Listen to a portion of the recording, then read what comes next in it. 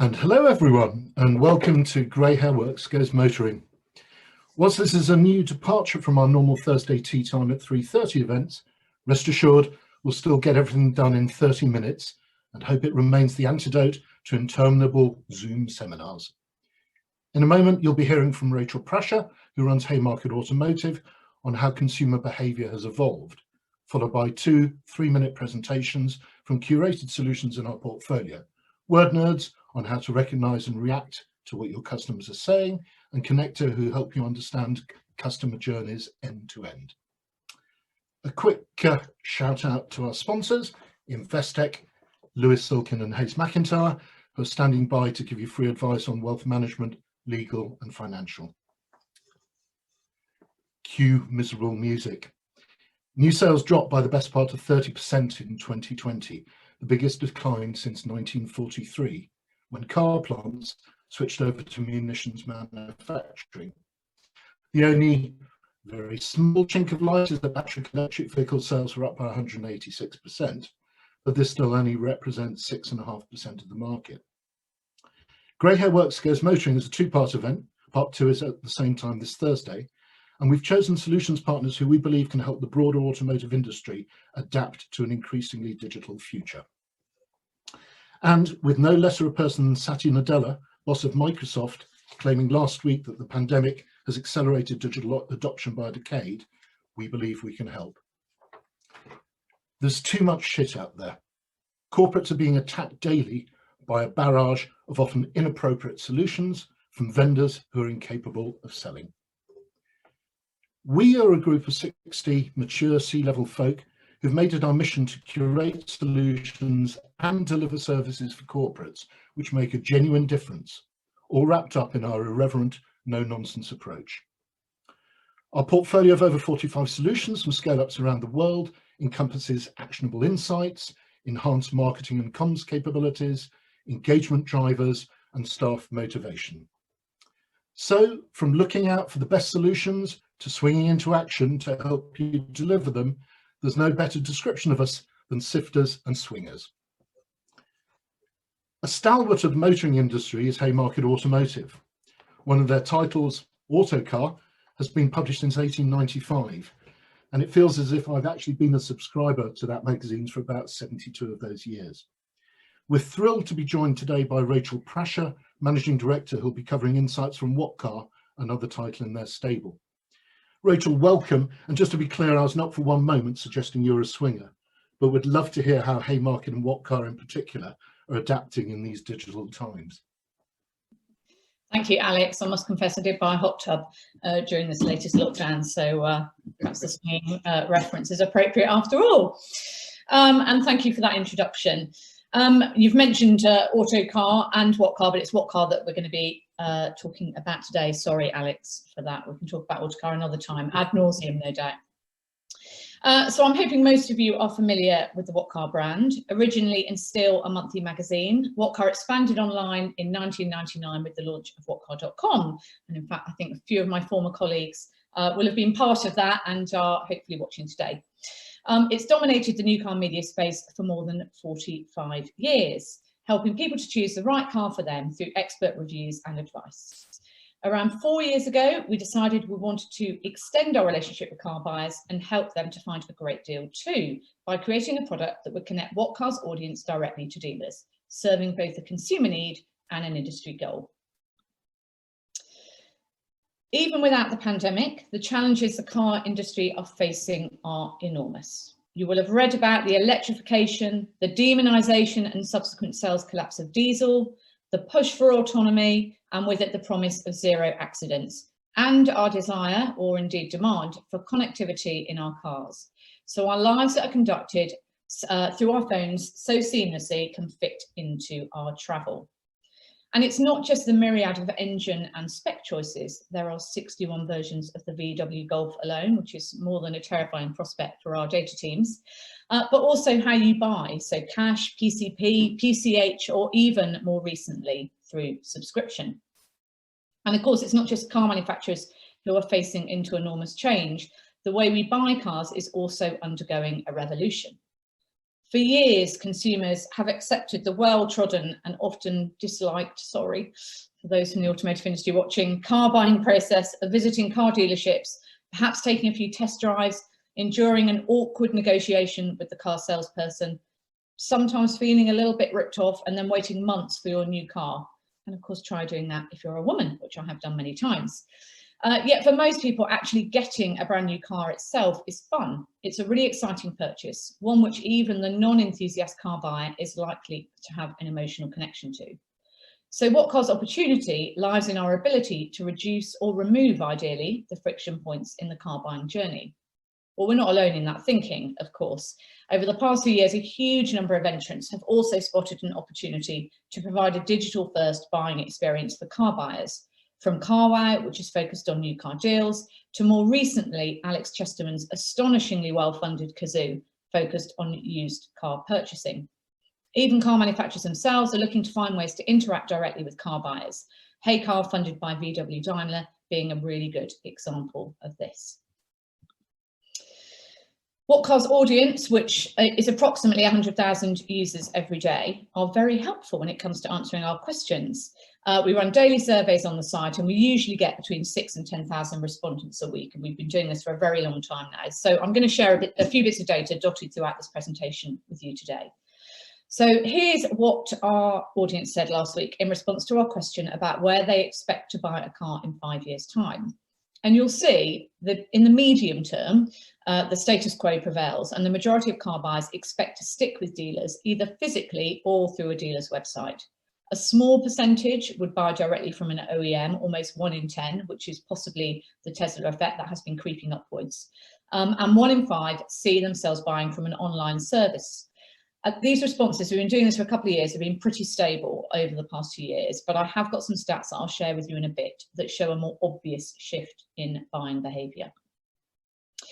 So I guess the question for us was, could What Car be one of those digital buying services? You know, do we really have a right to play? And over the past couple of years, along with the survey data that I've shown you and will show you, we've done a lot of work into audience segmentation as well. And that's allowed us to divide our audience into enthusiasts and car buyers, and those car buyers into different stages of their car buying process, from early stage researching, which is, we know, the start point for many people on What Car, through to that point where they're ready to buy a car.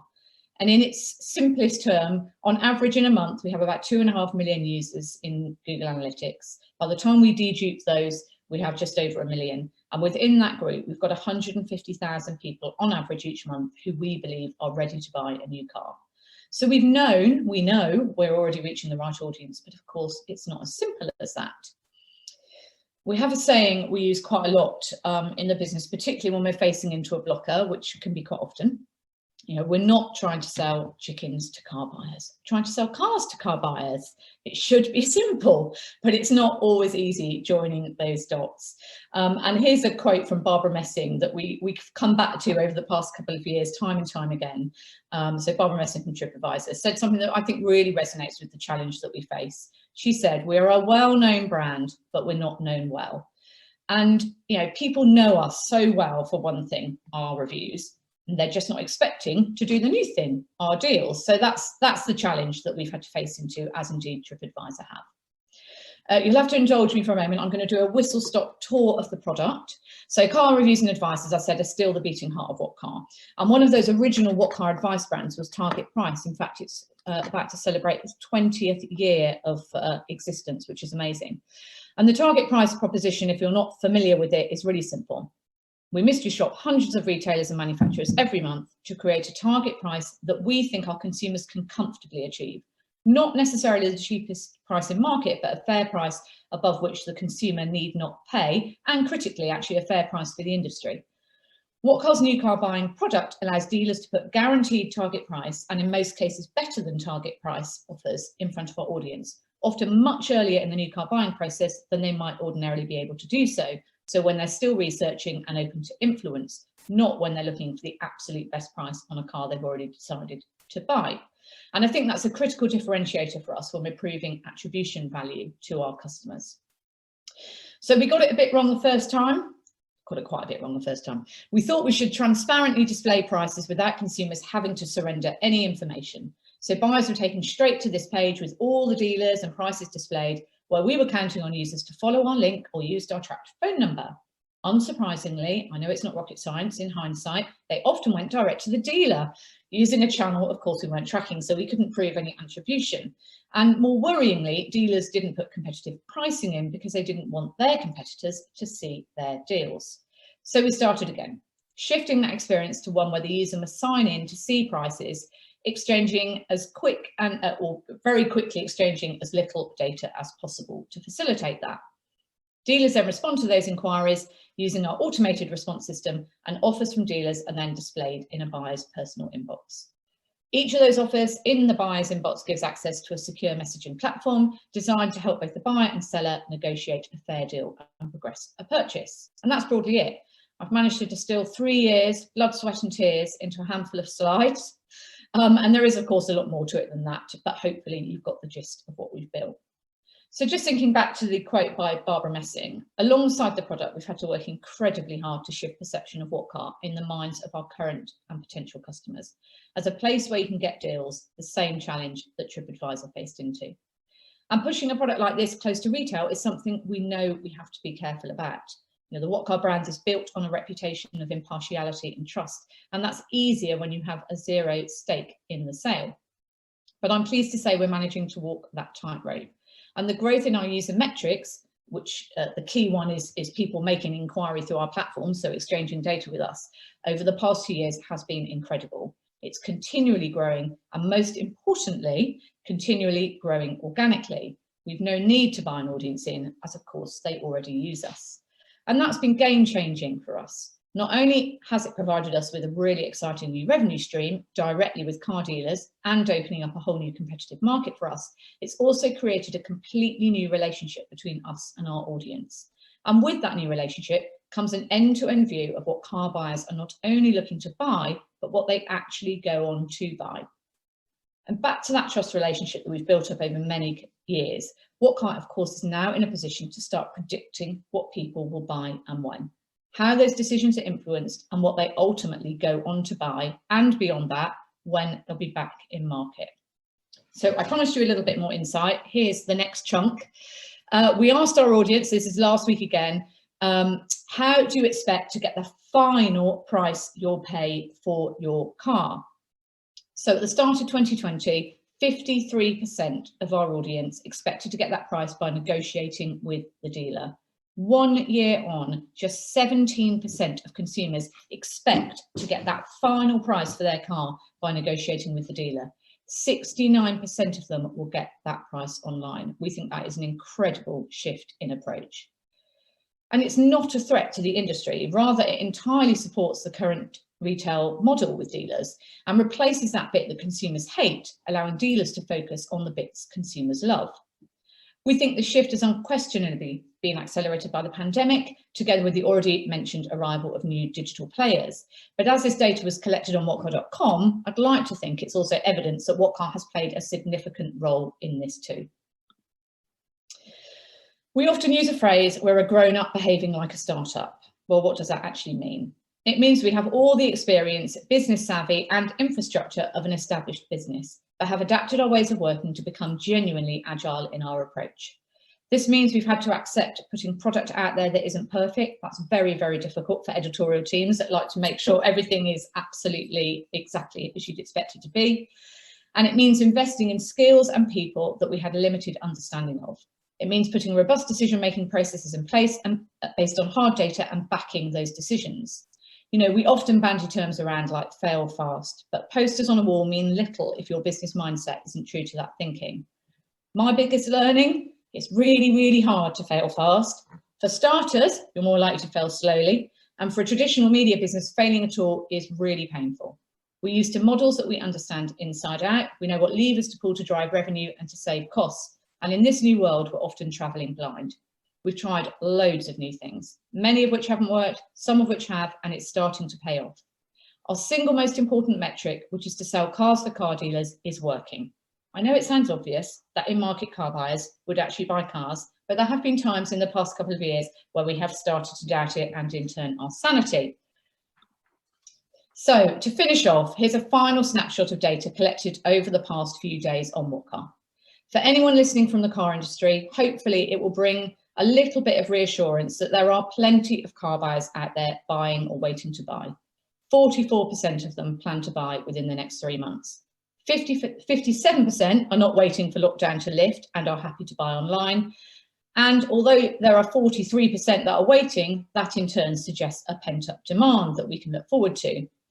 And finally, to look at just how quickly some of the parts of this market are moving. In May of last year, so the very first week of May, 22% of car buyers were planning to buy an electric or hybrid car, which we at the time thought was a pretty punchy statistic given the availability of such cars. Last week, that was 37%. We think that's pretty incredible. Thank you very much for listening. Rachel, that is absolutely brilliant. Thank you very much. At this stage, I'm really keen to bring in Danielle from Konnecto, particularly as she's going to explain to us how understanding consumer journeys have even more of an impact on better ways of engaging with folk. So Danielle, over to you. Perfect. Thank you for having me. I'm really excited to be here today. And I'm really excited to share with you what it is that Konnecto does. So we essentially entered the market 4 years ago out of the understanding that brands have a lot of visibility into what's happening on their asset and what's happening one step before consumers make it to their asset. But when we're looking at that entire path to purchase, so from the trigger of what causes someone to go into the funnel, through those very early stages of research and of consider, these are areas that brands don't have a lot of visibility into today.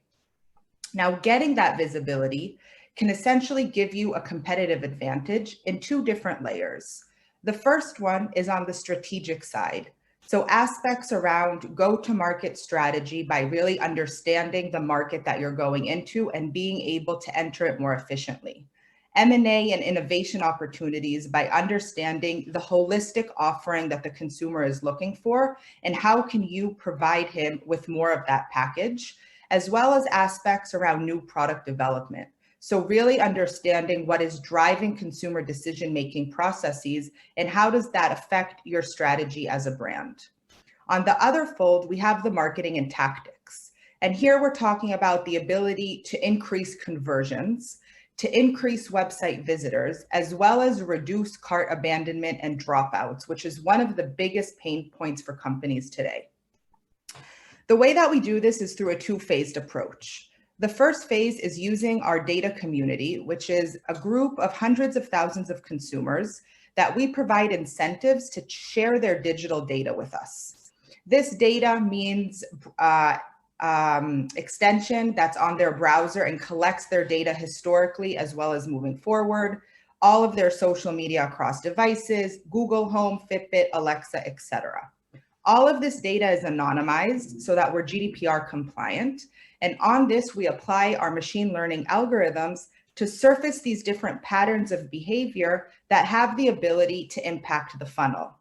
These patterns are then extrapolated with external sources, such as SimilarWeb, Google Trends, Facebook audiences, etc., to size this opportunity for larger audiences.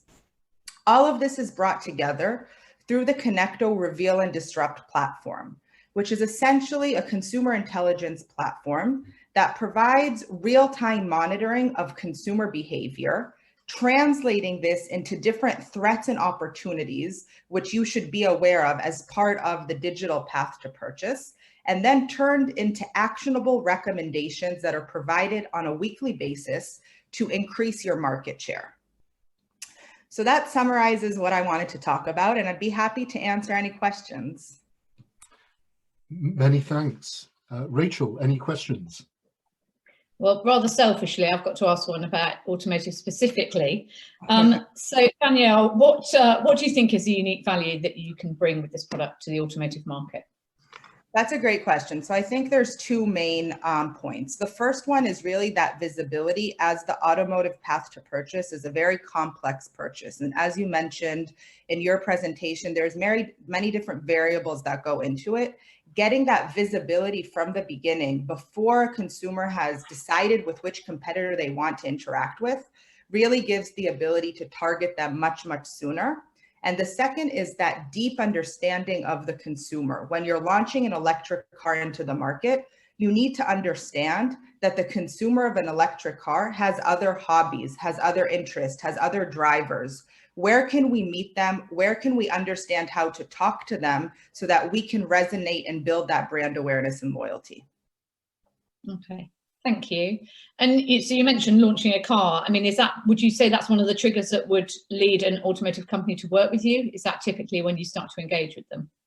So I would say there's actually many different triggers. There's the trigger, as you mentioned, of someone that a company that wants to enter a market or to launch a new product. But we're also looking at the fact that if we're looking across the board, the trend, as you mentioned, is going digital, and more automotive companies need to be prepared for the day when they're going to be selling cars online. And to do so, you need to start building the infrastructure to build that trust with consumers. And I would say that's the main trigger that's causing companies to start working with us, is really understand how do they shift the behavior from offline purchases to online and everything that entails in between.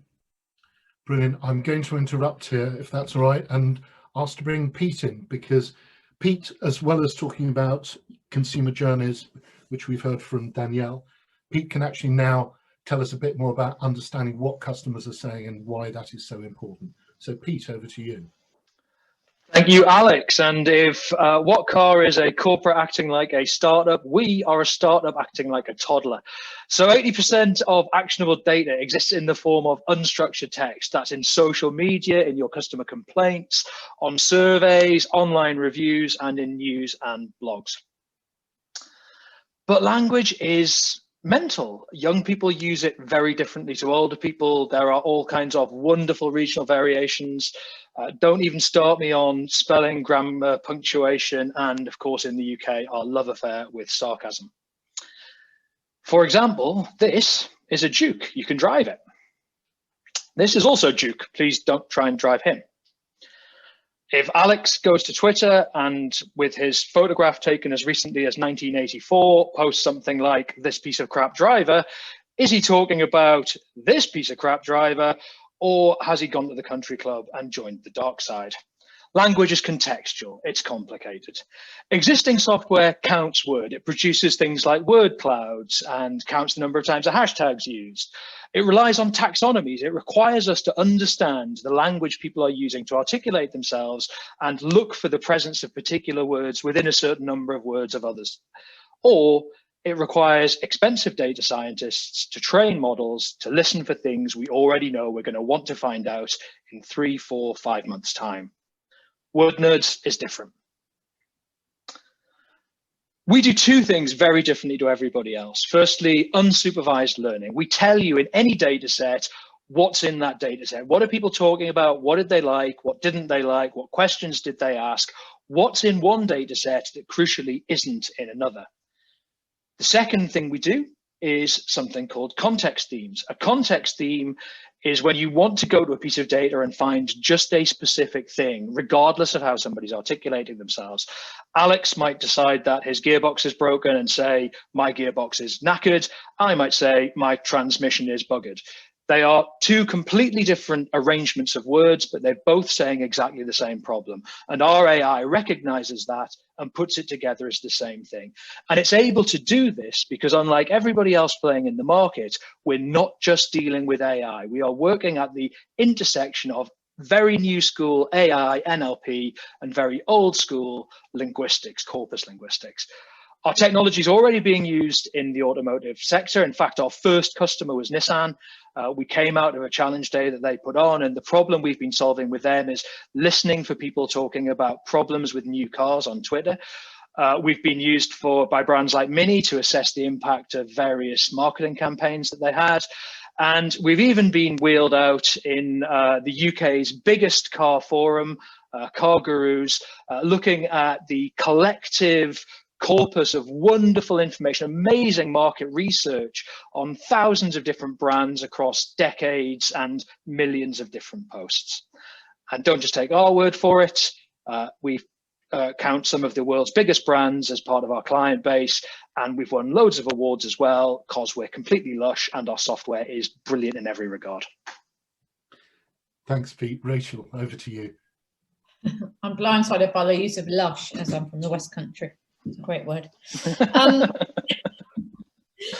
You've got, Pete, sorry, an example of some of the issues you found with cars on social media. Yeah, so everything from kind of sexy issues like exploding sunroofs. So there was a robot on the production line at Nissan that cut the sunroofs about 0.5 millimeter too small. And on a sunny day, when the glass expanded, this resulted in a really specific batch of cars just all of a sudden having their sunroofs exploding. That was quite a fun day in the office. But also stuff that you would never even think that you would find. So things like having the wrong helpline number printed in the manual that comes in the glove compartment with every car that you buy, and stuff like that. How are you going to find that? How are they going to find that out in the factory? Because it's normally a problem that would take weeks, years, or however long to get back to the dealership. Okay, blimey, yeah, I definitely wouldn't want that to happen as I was driving along. And just other ways in which people talk about cars that are different to the way they talk about other things. Are there unique traits to this sector? Absolutely. So every vertical has certain kind of idiomatic structures or ways that language is used in sort of different ways. So outstanding is a great example. Outstanding is a really positive word, but in the financial services industry, outstanding debt or an outstanding invoice is not very positive at all. I think cars are really different to most other things. Firstly, so many people talk about them in so many different ways. But we're really attached to our cars. We feel, really strong kinship towards them, so much so that people personify cars. They give their cars a gender, and they often talk about their car as predominantly a she. They talk about people driving cars, and they name that person as the car. So, a BMW cut me off at the lights. Well, actually, it was a human in a BMW, but we know what you mean. But also, when they're talking about cars, we often find that because it's such a wide and disparate group of people, they use strange sentence structures. So one of the ones that we picked up really early when we were looking at problems with cars is people saying things like, when you get in your car and your sunroof won't open. And obviously what they meant is, I got in my car and my sunroof wouldn't open, or my car's sunroof wouldn't open, but we know what they mean. So yeah, cars are a really kind of interesting and different linguistic challenge from any other vertical. Perfect. Well, Pete, thanks very much for that. And in fact, thank you everyone for the last half an hour. Rachel, thank you so much for being our guest. The sort of concept about you're not selling chickens is going to stay with me for some time, and I'm looking forward to seeing Steve Cropley writing about them in Autocar in the near future. We've then also heard from Konnecto about how their solution has helped car manufacturers better understand end-to-end consumer journeys and adapt accordingly. And then Wordnerds about how they've helped alert car manufacturers to issues like Nissan, etc., which require rapid responses. The second part of Grey Hair Works Goes Motoring is this Thursday at 3:30. The link remains the same, where we'll be joined by the current CMO of Princess Yachts, Kieran Haslam, who is actually the former Bentley CMO, plus two other solutions partners, one on how to better engage with remote audiences, and the second with tools to personalize digital advertising and collect data for advertisers. Thank you as ever to our sponsors, Investec, Lewis Silkin and Hayes McIntyre. Thank you for joining, and look forward to catching up with you in 2 days.